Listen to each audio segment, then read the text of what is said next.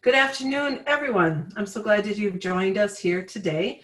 I'm Joan Brzezinski. I'm the director of the University of Minnesota China Center. It's my great pleasure to welcome you to this webinar. Thank you for your support of the Considering China webinar series and your support of the China Center. Your generosity makes these programs possible. So we invite you to continue to support our mission and give to the China Center through the link on our webinar announcement or on our website. At the end of the program, we will answer any questions that you have submitted through the Q&A at the bottom of your screen. And if you have any technical difficulties or have any messages just to someone in particular, you can use the chat function. Today, we welcome Associate Professor Marta Hanson. Dr. Hanson is faculty in History of East Asian Medicine in the Department of History of Medicine at Johns Hopkins University. Before joining Johns Hopkins in 2004, Dr. Hanson taught late imperial Chinese history at the University of California, San Diego. She has also served as senior co-editor of the Journal of Asian Medicine, Tradition and Modernity, and the president of the International Society for History of East Asian Science, Technology, and Medicine.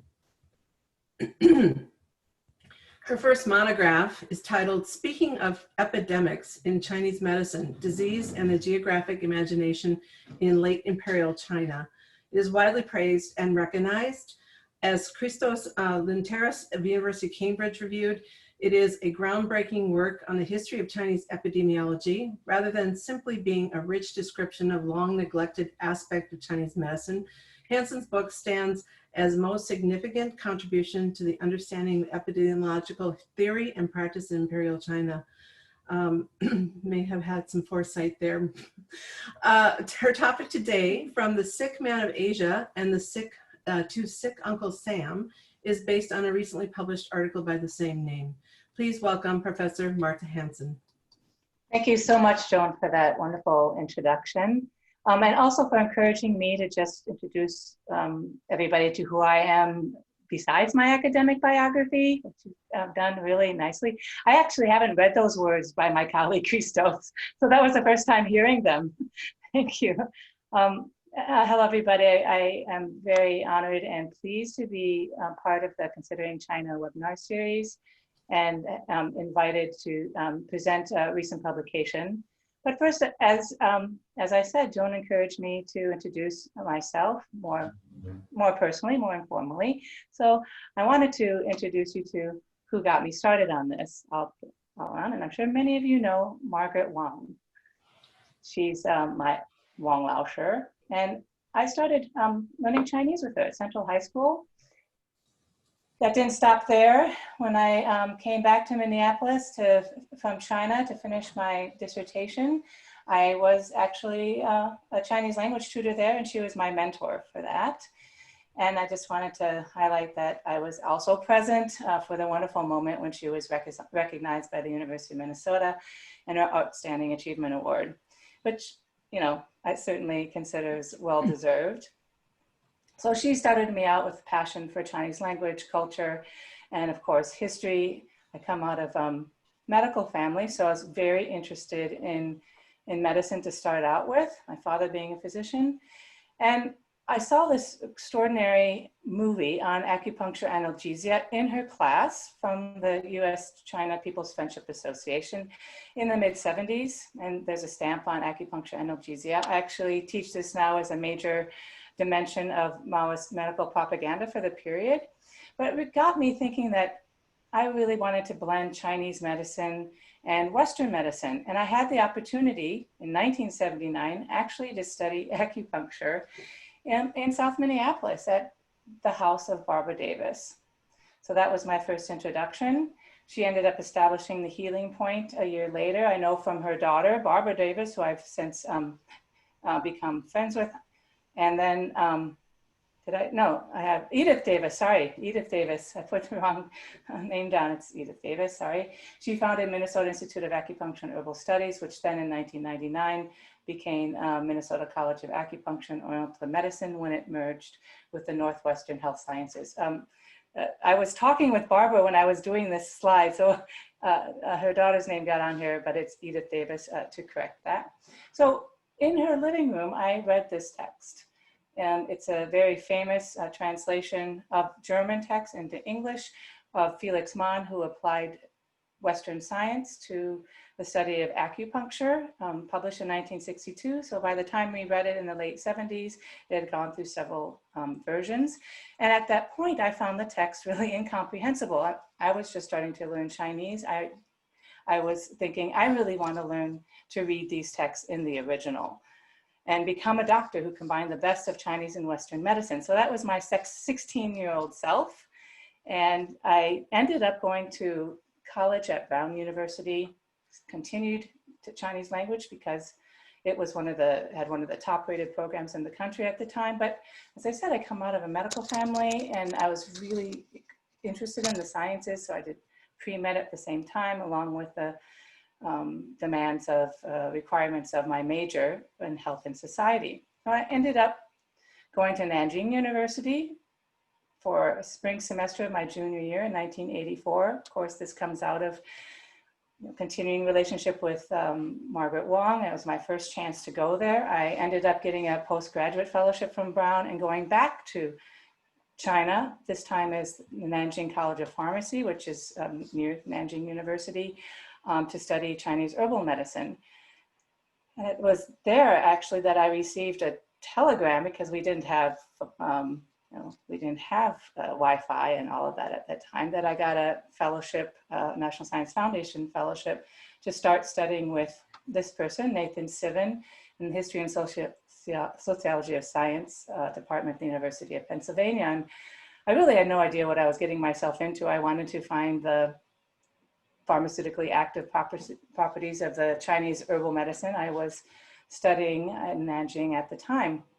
And he really got me to think about understanding Chinese medicine in all its richness and diversity within the context of Chinese culture and history on their own terms, and in what he has later called the cultural manifold. That includes culture, politics, economics, society, values, how people make a livelihood, why they think the way they think at different times, and how that changes over time.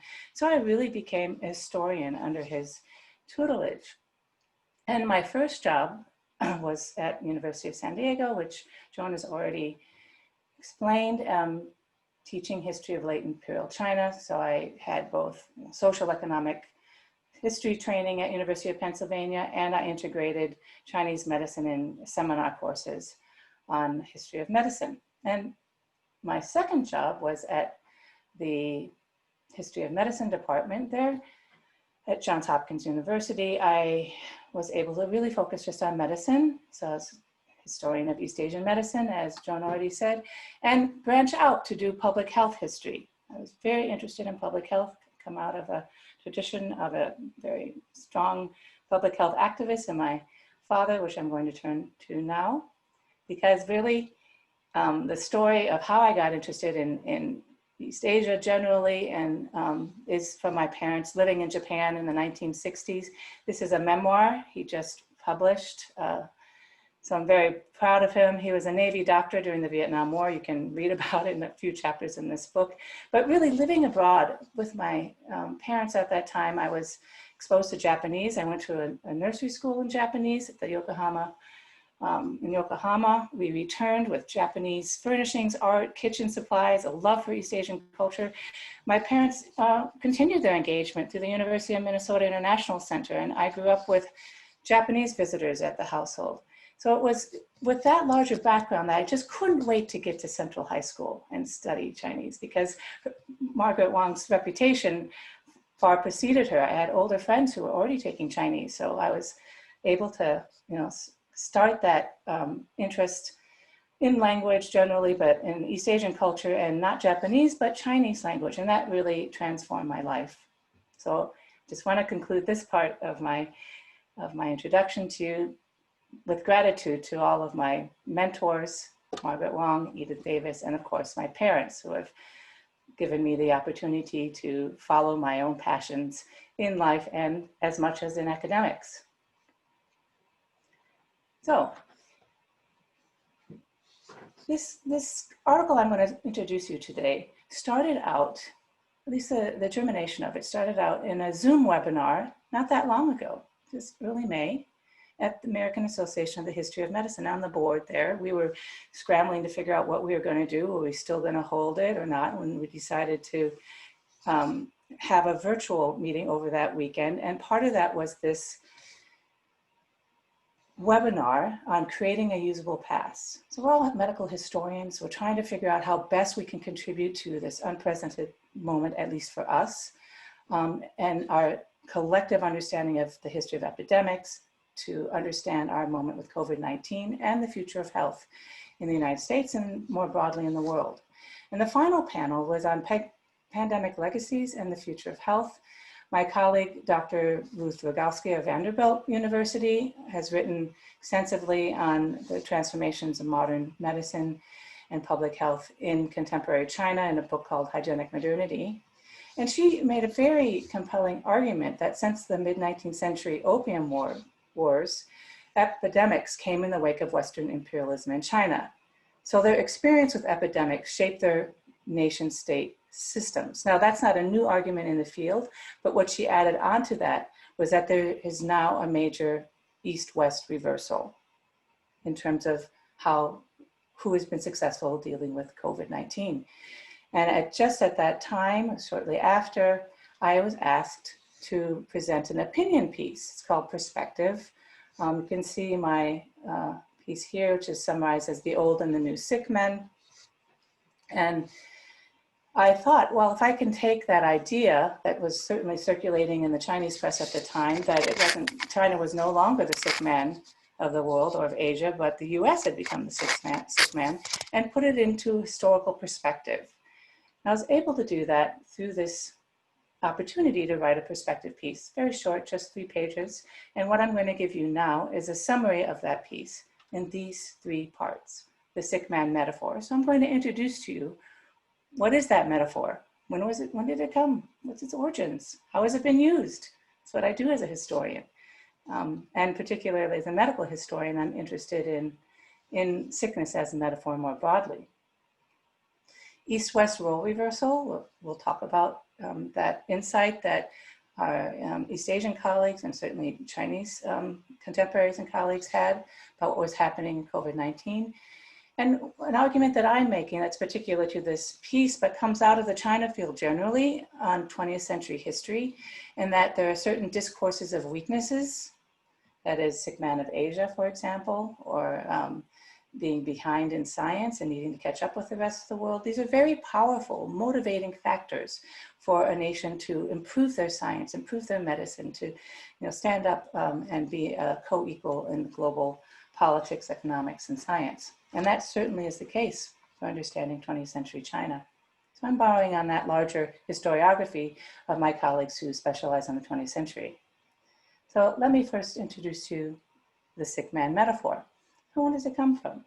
So starting out, there's legacies of late Qing China. Rulers are really challenged with the twin attacks of foreign incursions and epidemic diseases. And in the end of the 1890s, Europeans and Chinese reformers alike were beginning to call China the sick man of the Far East. And this then became a powerful, this was part of the way of criticizing what was once considered a powerful empire that had now become significantly weakened by war, foreign incursions, famines, epidemic diseases, I've studied a lot of, and opium addiction. But they borrowed this trope from sick man of Europe, which originally applied to the Ottoman Empire.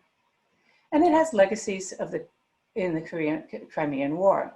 So the story goes, there is some evidence of Tsar Nicholas I using these words about the Ottoman Empire on the eve of the Crimean War. A sick man on our hands, a man gravely ill. It will be a great misfortune if one of these days he slips through our hands, especially before the necessary arrangements are made. And then the then British ambassador responded, "Your Majesty says the man is sick. It is very true. But Your Majesty will deign to excuse me if I remark that it is the part of the generous and strong man to treat with gentleness the sick and feeble man."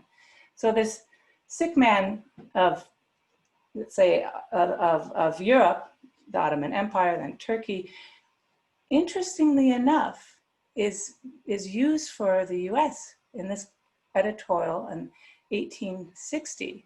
New York Times published it, focused on the US government's inability to deal with the great Mexican question at the end of Mexico's War of Reform. Now, I found this in, through, you could say, digital humanities, searching the first use of the term. But for the most part, the term was used in what we call an Orientalist way to denigrate Eastern empires, specifically Turkey and then China. But the provocative suggestion that the United States was itself a sick man, I think, turns up to be prescient, 160 years later, where we are today. So, sick man of Europe, we see in this interesting cartoon by the then head editorial cartoonist of Punch magazine in England, and it shows Sultan Abdul Hamid II in front of a poster which announces the reorganization of the Ottoman Empire. So it reads the empire's values estimated at £5 million on the so-called prospectus. And we understand here that Russia, France, and England are all directors of the reorganization of Turkey. So basically, Turkey is not responsible for its own affairs, but rather these more powerful countries, Russia, France, and England. We find it in the North China Herald in the same year being used for China. In this case, the sick man of the Far East could only be cured through transformations in education, overhaul of their justice system, and clearing out all the corrupt officials in the government. By 1898, we see them both together. We have John T. Neal again of the Punch magazine. Here, sick man of Europe consoles the sick man of China, and cheerily he says, "Going to pieces, old man? Nonsense. All you want is a dose of Concert of Europe. Why, look at me." And you see him dressed in a mix of European clothes, holding a cane only in one hand, where the representative of the Qing Empire is addled and having to support himself on two crutches. New York Times again, 1905. We see the sick man of the Far East in this editorial, praising the work of John Hay in terms of the preservation of the territorial integrity of the Chinese Empire. So we see that this term is very operative in the turn of the 19th century, both for Turkey and for the Qing Empire. It's doing certain pejorative work, setting up a meta-geographic term about who's in greater position in the geopolitical power of the time. And it continues for China throughout the 20th century. Now I'd like to turn to the East-West role reversal. So among many of the variations on the theme, the racist sick man of Asia trope may have been the one that had the greatest long-term impact on the nation that it mocked. So for most of the 20th century, the label haunted Chinese rulers and people alike. Now, however, as the public health consequences of America's structural racism, lack of universal healthcare coverage, many other things that have been revelatory about COVID-19, that on top of working class or our essential workers having to be exposed more than anybody else because of their livelihoods are necessary, we see the narrative, at least from an East Asian perspective, certainly a Chinese perspective, being completely reversed. And so how did this happen? One of the arguments I make is that the SARS experience, and it's not just me, but I've made it up, East Asian SARS experience is really instrumental for China as well as all of East Asia. In addition, South Korea particularly dealt with another coronavirus outbreak called MERS, or Middle Eastern Respiratory Syndrome, coming out of camels. So this is certainly an important historical experience in our recent memory, and we're also dealing with another coronavirus outbreak. Honestly, in public health community, people thought it was going to be influenza, another H1N1 type virus that was going to be the pandemic. So this is not unknown in the public health community. Many people have foreseen there was going to be a pandemic. It turns out it's the coronavirus that has hit the world as we all know it right now. So that certainly is an essential part to their experience. They did not stop thinking about or researching or dismantle their public healthcare systems and surveillance systems.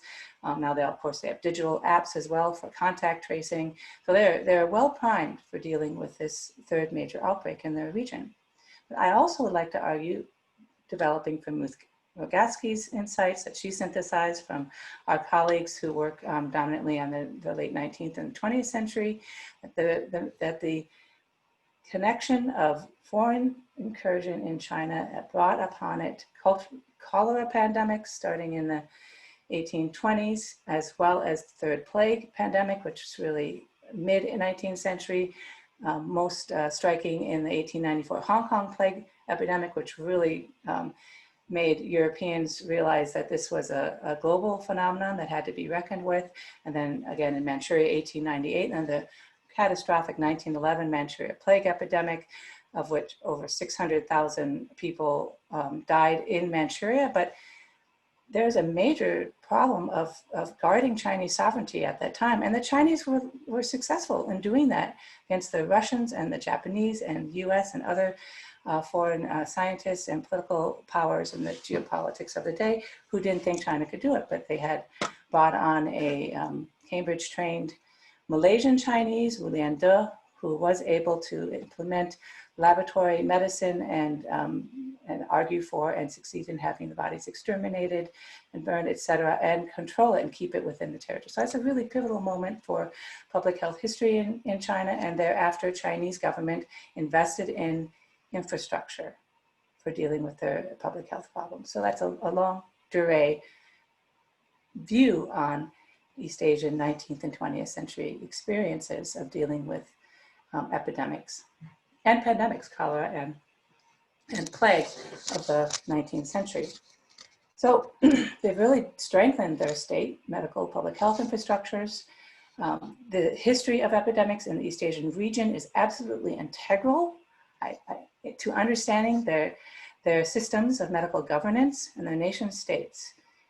I argue this as one of my central themes in the course I've developed on the history of public health in East Asia.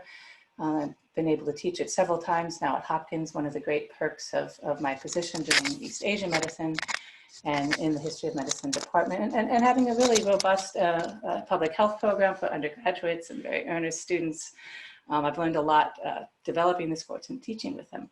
And the final point I want to make about that is that despite really distinct differences in language and culture, national histories, in even healthcare systems today of Japan, South Korea, of course, North Korea is very different, mainland China, Taiwan, Singapore, Vietnam, there are these twin legacies, the 19th, 20th century epidemics that have formed their medical governance systems, and the more recent experience with SARS and MERS that helps us understand their success in controlling COVID-19 today.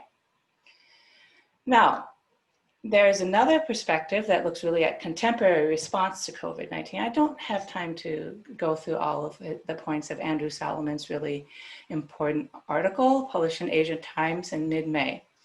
But basically he argues that these countries, what he means by East, China, Japan, South Korea, Taiwan, and Vietnam, and the West, European Union, United States, says that even though you have very different political systems, they did better in these very important differences of culture and a sense of communalism. I really think the idea of not just COVID consciousness, what is COVID consciousness to me is that you have to understand contagion and how it works. So it's a steep ladder for some folks in the United States and more broadly, but also this consciousness of community and community responsibility, responsibility for others within the communities we live, and not just individual responsibility, where we see a major tension today in wearing masks and social distancing, et cetera. I don't need to go into all of this I think the group attending today. There's different attitudes toward authority as well that he lays out, and he does a nice job of this. Rights to privacy, of course, individual privacy is a big issue for having the kind of digital apps we see in South Korea, Singapore, and certainly WeChat and the telephone systems that are integral to mainland China's ability to track, trace, quarantine, and control COVID cases. And he also talks about divergencies in recent historical and epidemic experience, which I've just outlined for you in the previous slides. And in the part 2, he compared further dimensions of it: leadership and policy responses, different vaccination policies and how vaccines are distributed and through the population, universal healthcare systems, etc. And I just think that the main point that I want to make about Salman's first take on this is that we are not going to fully understand COVID-19 and the global response to it for a good decade, I think. And I'm just humbled by it as a historian to be responding in the present. But I find this kind of talk, and particularly the opportunity to present my perspective and current history, is a form of agency that I have in this particular moment. And I would like, more broadly, for anybody listening to feel that they have some agency as well in this moment. So in conclusion, he cited that there was a pervasive Western sense of cultural superiority that contributed to both arrogance toward what he called Eastern models and ignorance of their history and the region's modern health care systems. And this is really an important point, because I find one of my motivations for teaching history of public health in East Asia is that before I started teaching this at Johns Hopkins, there was nothing on the topic. When they talked about other parts of the world, it was the first world and aid to the third world kind of model in global health systems.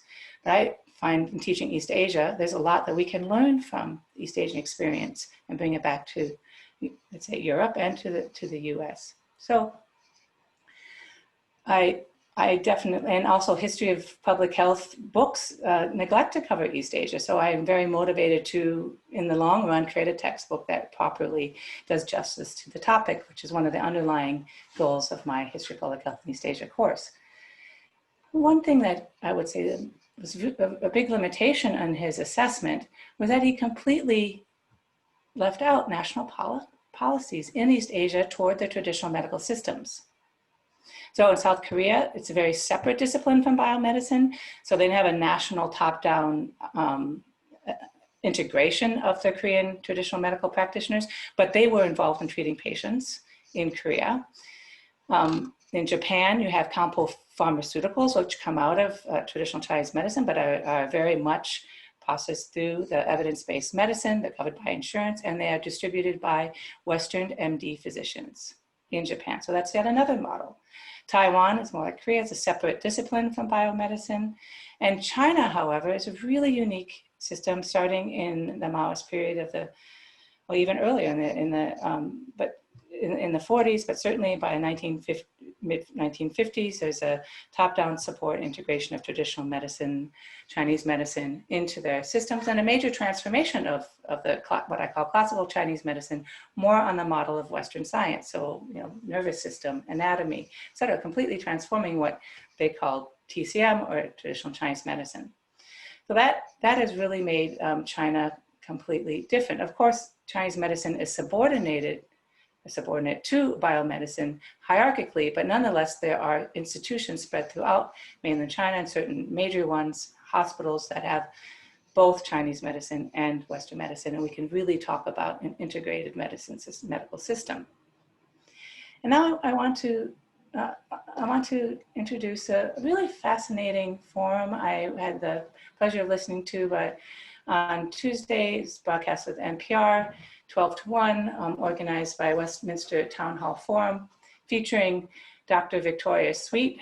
She had a very interesting argument about the body as machine, body as plant. The first, you need to fix something, and the second, you need to get out of the way so that body can heal itself.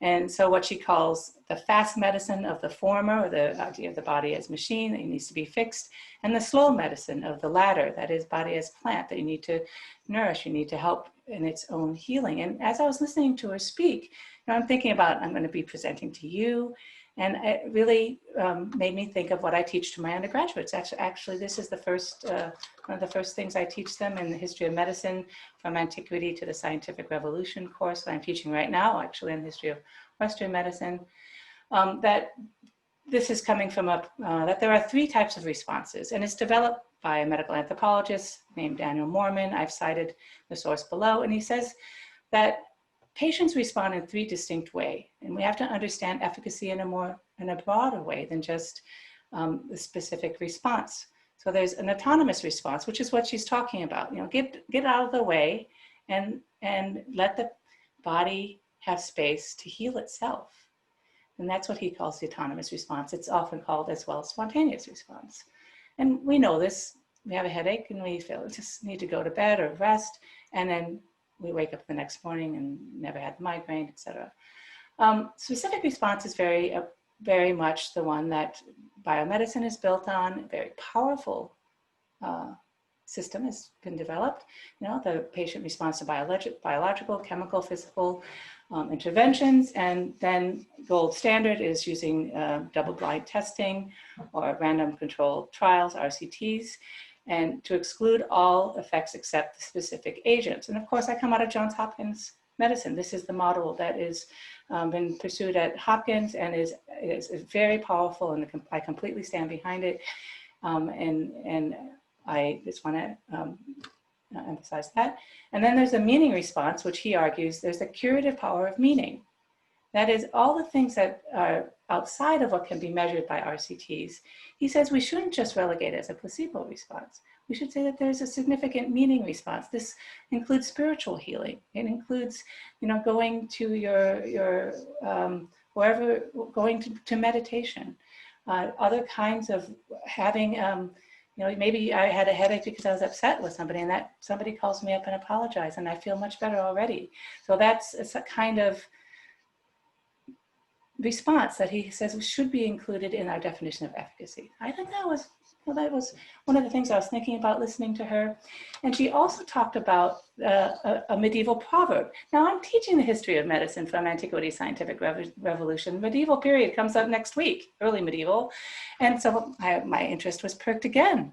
And she said there's Dr. Quiet, Dr. Diet, Dr. Quiet, Dr. Merryman, and she sees her role where she taught at Laguna Honda Hospital in San Francisco, which is the only existing almshouse now based in the United States, based on the old medieval model.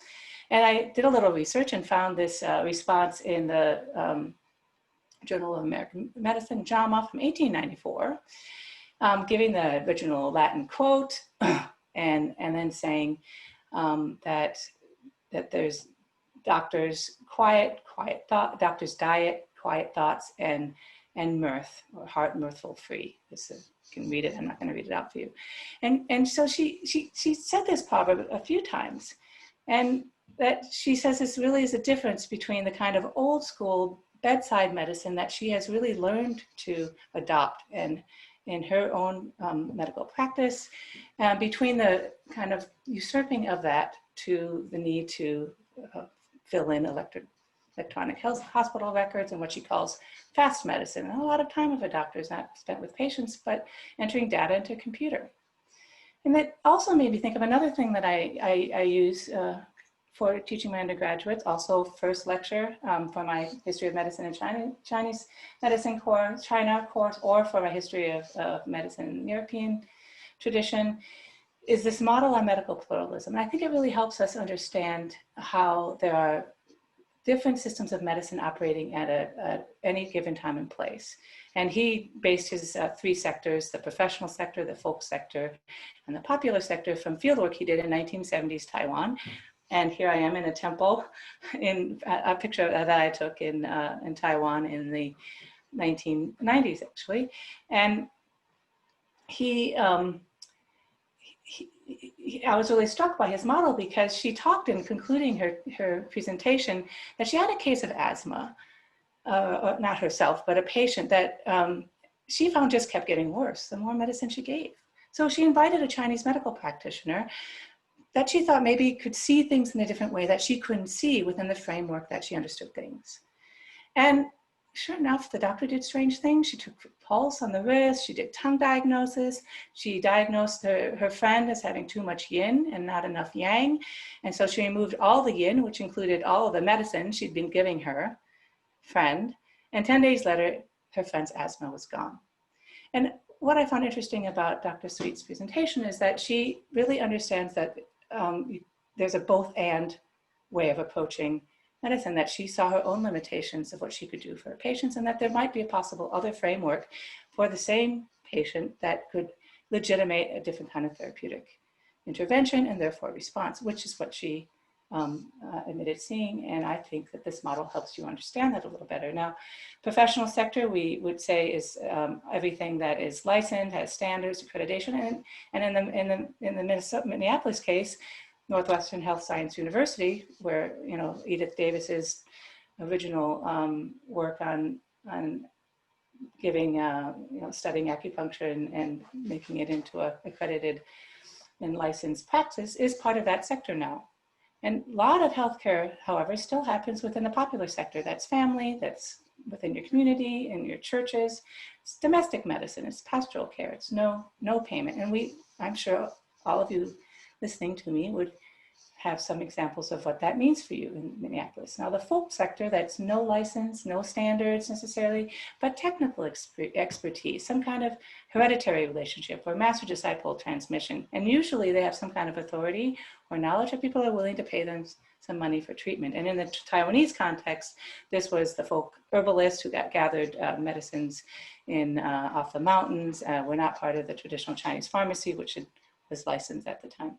But just want to think about that this model can be applied to understanding the integrative medical world that we have as a possibility in the Twin Cities, Abbott Northwestern, University of Minnesota, and the Center of Spiritual Healing, and et cetera. And so that made me think about another important influence on my life, in addition to Nathan Sivan at the University of Pennsylvania, was Charles Rosenberg.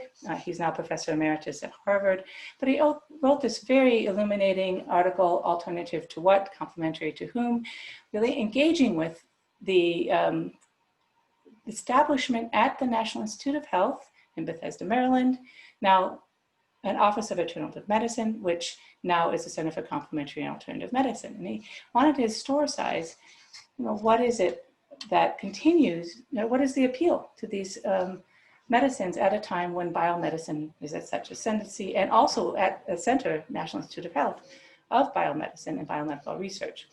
And he thought of them as a persistent shadow of orthodox medicine. And I won't read all the quotes, but you get an idea that they illuminate dimensions of our healthcare system, more large, and index to kind of social and cultural geography of what he calls regular medicine, and that patients will move in and out of these different sectors that I just showed you, the popular, professional, folk, because they perceive their conditions maybe not to be fully met in one. And I think it's important, those trained in biomedicine, to understand the movement of their patients and these other, what we call CAM practices. And also it's important to note that many of these practices are fully professionalized. And he argued that there are 7 factors for patronage of CAM, of which, of course, Chinese medicine is one of the most successful in the world. And I just list a few things here. So what I want to say is, in terms of the medical response in East Asia, they have a more robust integrated medical system, but certainly in mainland China, that has also contributed to helping their patients endure and survive COVID. And I would also argue that nobody is saying that there's a cure in Chinese medicine. None of my Chinese colleagues, people who are practicing or have been dealing with patients in Beijing or around China who I've talked with, but they help alleviate the symptoms. They help them survive. And with combination of biomedicine, I think that's an important factor, understanding the success of Chinese medical approaches to such extreme infectious diseases. All right, I'm gonna wrap up soon. Just that there's a major East-West role reversal. we see here. And I think a big part of it is that we don't have federal top-down level on this system of contact tracing. And keep going, the numbers are far beyond this now. We've reached over 200,000 deaths in the US. Just to give you a sense of what that toll is, I think is really important to understand. It's far greater than the collective, fatalities of 3 big wars. Just to put that in the front of your mind and feel that loss of life. This is definitely comparable, and I think on the trajectory to 1918 pandemic, which took over 600,000 lives in the United States alone, including my grandmother's aunt and a family. I'm sure many people here have some family connections and memory of the 1918 influenza pandemic. And what is striking is that conservative amount of global deaths were between 50 and 100 million. Now, why such a gap? Why is it the forgotten epidemic? State medical infrastructures were pushed beyond their capacity at that time to care for the sick, much less fully account for the dead. And now we're under an administration that doesn't want a full accounting of the dead and trying to, really legitimate fears of how those numbers might be manipulated. So in addition, it's true in my own family, people were traumatized by World War I, and also losing their loved ones and just needed to move on, survive themselves, rebuild their lives. Just powerful discourse of weakness. Why do I argue that? So these are monikers that were used in China, now applied to the United States. Now, the sick man, Uncle Sam has power because it's a metonymic representing something that's otherwise unwieldy, the US government. And we also see it used very early on in this editorial cartoon, 1837. We have President Jackson saying that actually it's a satire on the effects of the Great Panic of 1837, so a big economic recession. Economists blame the reliance on specie or coin for that recession, and we see that being played out here in this medical metaphor, which I'm not going to go into. It just, here we have the eagle saying he must go off to Britain, and in fact, Brother Jonathan, which was like the ordinary American at the time, who is contemporary as a figure to Uncle Sam, is recommending that we get the US gets some funds from Britain. Now, Uncle Sam today is also been used. So we have the sick man of North America come up again since 1860 in a commentary on the worsening health as a metaphor of US foreign policy. Also, we see an article on the Washington gridlock, which that's true, it's been like this for quite a long time in the bulwark. And then very recently in mid-March, an Economist article assessing the US approach to the coronavirus. So this trope has pejoratively positioned China as inferior to the East Asian neighbors, as well as its European counterparts. Yet, among Chinese reformers, it was part of a much broader discourse of weakness that included concepts of national salvation and saving the country by science, which really operated on the ground in institution building, et cetera, educational reforms through the 20th century, and was very tightly linked to social Darwinist interpretations of the rise and fall of nations. They were a motivating factor for the long-term aim for, and I would argue, not only regaining national strength, but rising above all others on the global stage. I think that really helps us understand where we are today vis-a-vis US-China relations, and actually China exerting itself globally. Now back to the US. Now that Uncle Sam has been rendered an invalid by the misrule of the current administration, we see a virus spreading novel Corona King, and this is an editorial cartoon by Kelly Burke, which I think really illustrates how much of the misinformation since mid-March, when this was created, has just worsened rather than been able to control coronavirus much earlier, and we are living with these consequences to the day. So I think the humiliating labels of sick Uncle Sam and sick men of North America could not be more apt, but they are potentially transformative for the United States, as the sick man of Asia slur, I argue, was for China. And a regime change, however, I do think is needed for Uncle Sam to acknowledge being sick, diagnose his illnesses and comorbidities, and effectively mobilize the wider range of treatments and approaches available from what I've argued East Asian experiences, models more recently, and even medicine, which it currently scorns. And I will stop right there and open up for questions. Well, thank you, Marta. That was fascinating. We're very excited to get started with questions. So if you have some, please forward them through the Q&A function at the bottom of your screen. There's a bar. I see we already have a couple, three there. So what societal changes might result to align the China public health policy? An example, diet, meat, substitutes, exercise, athletics, relationships with nature. Could you repeat that again? It says what societal changes might result to align with the China public health policy?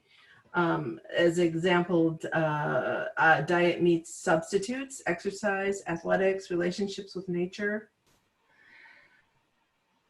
So one of the things I argue is that there are many resources we have. I mean, I argue separate from my article, I think that, is that there are many resources we have available to us in our communities and within ourselves.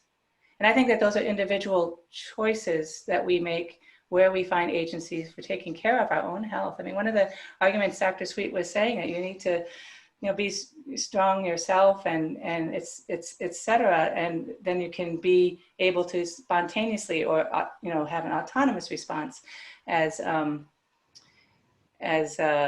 Dr. Mormon had summarized in his argument in his own anthropological research. But so I just think that's the Chinese model for healthcare, a long-term, from I would say 2,000 years to the present, has to do with, you preventative medicine. I mean, one of the maxims has been for doctors to, you're not a good doctor if you have to treat your patient. You want to prevent them from getting sick in the first place. And I'm just remembering right now, Chris Cuomo.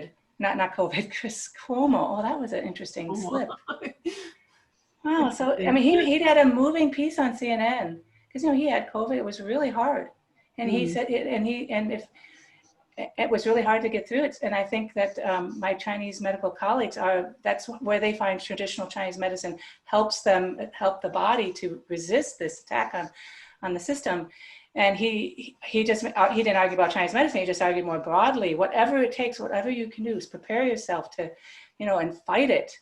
I just learned that two members of my family on my partner's side had COVID the past couple of weeks. We're just hearing about it.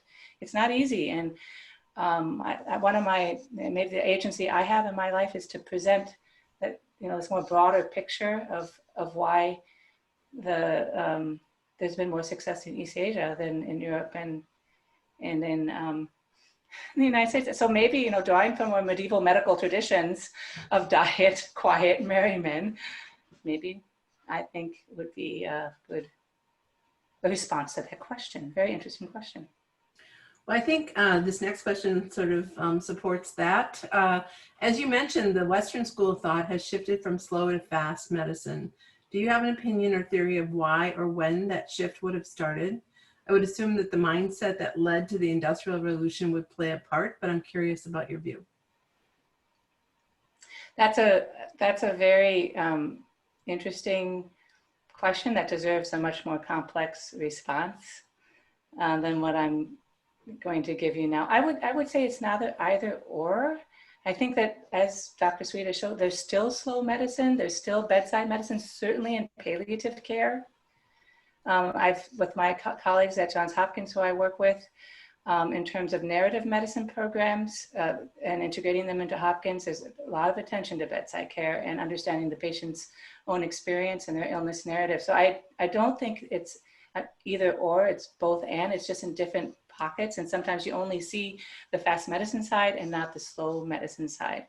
And as a historian of medicine, I know there's a much more complicated historical argument that if the person who asked the question would like to hear, but I think I'm just going to stop right there, that it's a spectrum that is still operative within the biomedical model, certainly from where I'm coming from, what I've seen at Hopkins. Cancer, yeah, so I'm going to stop, yeah. Okay. Do Chinese MDs tend to look down on TCM? Yeah, I think so. Yeah, it's hierarchically subordinated, as I said, biomedicine. Actually, I'm just reading a manuscript about how a anthropologist friend of mine who's also trained in Chinese medicine, was just so disillusioned when so many of his colleagues in China were just trying to get out and actually did, trained as Chinese medical practitioners and found that they can make better livelihoods doing other things in the pharmaceutical industry.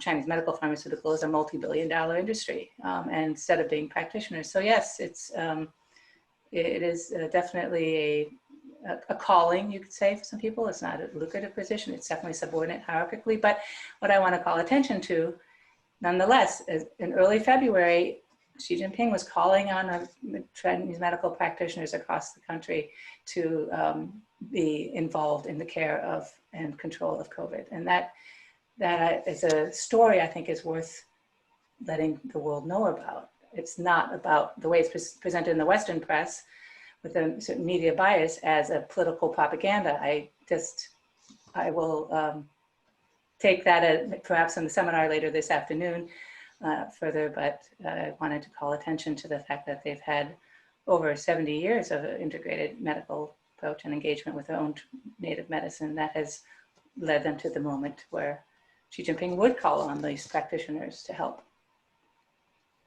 Thank you.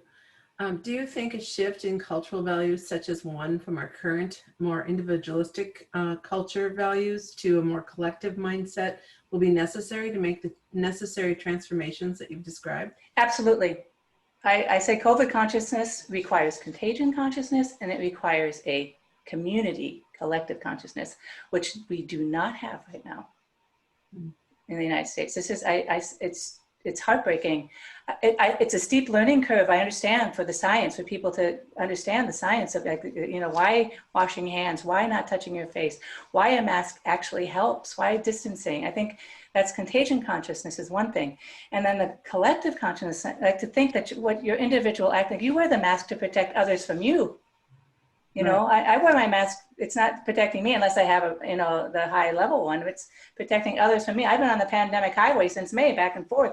I've had a lot of exposure. I want to protect other people from me. But that collective consciousness requires socializing. I think that East Asian countries, while they're more homogenous, more broadly, but they've had a lot more experience with these pandemics on their own soil, and they've have a more collective, I think, sense of responsibility to each other.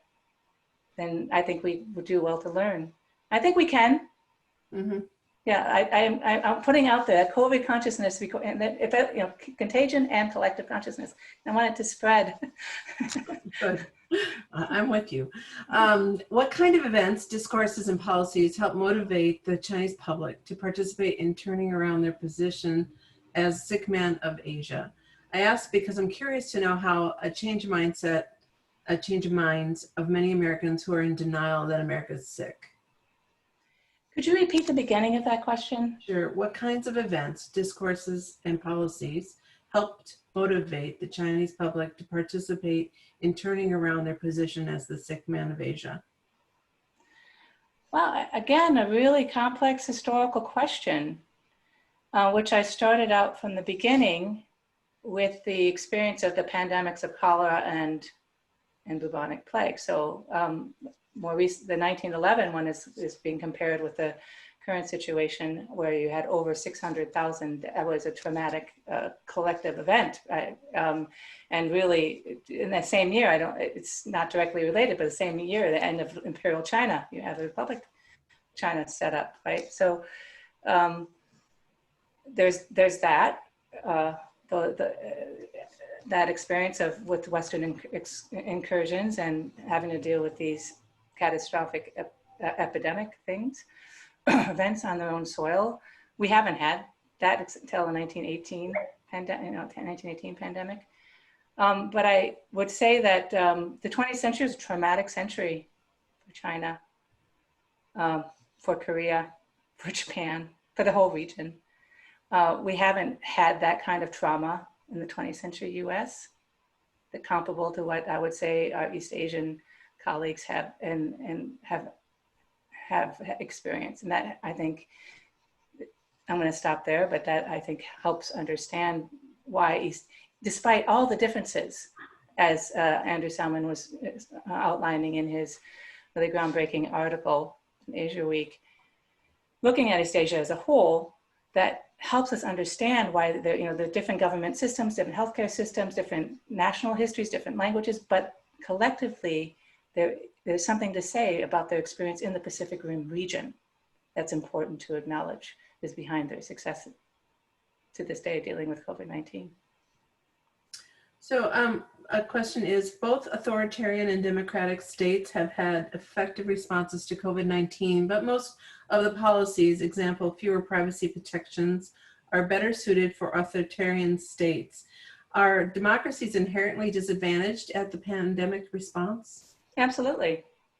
Yeah, I mean, we have privacy concerns. We can't use the same kind of apps, but well, I mean, just yesterday, if you're listening and following the news, Google does have an app for contact tracing that does not trace, they're just reviewing it yesterday. It doesn't trace the actual time and place to try to protect the privacy, but that also limits the ability to do contact tracing. Even if you get a notice on your phone, they're like, where was I, with whom, etc. And even in the democratic, like in South Korea, there were a lot of privacy concerns. Too much information about people was, these are very fraught, was made public, and so these are really fraught issues. I think that's a really big issue, and I understand. But I think we can find ways. I think we can be creative. We can find ways around it if we have a national, Uncle Sam wearing a mask approach. We don't. I mean, what's striking on the pandemic highway is we don't have a masked Uncle Sam. We are in this together. This is World War III kind of approach to dealing with this pandemic. And part of the apps that Google is developing is one creative approach. And I hope that people put it on their phones and we can use it as, I'm going to get it. I think that is one creative way to respond. And I find some hope in that. The private sector, yes. I just read in the local newspaper that China has announced the availability of COVID vaccine in 2020. Do you think the current political environment will allow the US to accept help from China on the vaccine? I wish I was in a room to talk about that question with you myself. I just find, the US-China tension really hinders us from actually learning from what we can from China.